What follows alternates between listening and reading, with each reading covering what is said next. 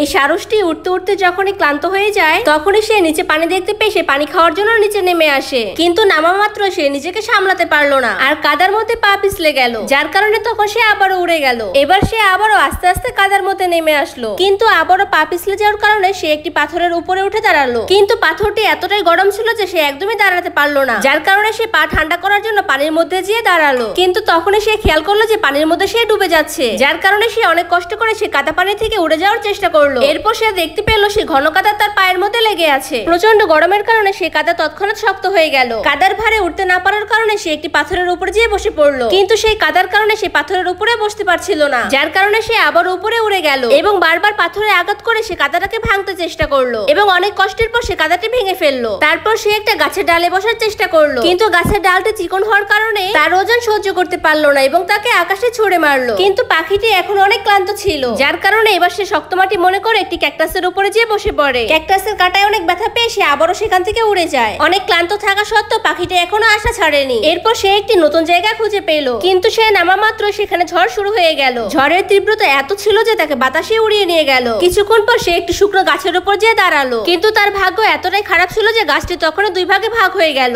তখন সারসটি নিজেকে বাঁচানোর জন্য অনেক চেষ্টা করলো যাতে সে চাপা না পড়ে যায়। তখন এই গাছটি তাকে উড়িয়ে দিল। ঘন্টার পর ঘন্টা লড়াই করার পর এবার পাখিটি হাল ছেড়ে দিল, যার কারণে এবার সে ক্লান্ত হয়ে নিচে পড়ে যায়। যখন তার জ্ঞান ফিরে আসলো তখন সে দেখতে পেল একটি পাথরের উপরে সে দাঁড়িয়ে আছে। পানির উপরে থাকায় পাথরটি ঠান্ডা ছিল, যা দেখে তখন পাখিটি খুশিতে নাচতে শুরু করে দেয়, যার কারণে তখন পাথরটি ভাঙতে শুরু করে। এখন শুধু অবশিষ্ট এক টুকরো পাথর ছিল, যার কারণে তখন সারসটি কষ্ট করে এক পায়ে দাঁড়িয়ে থাকে।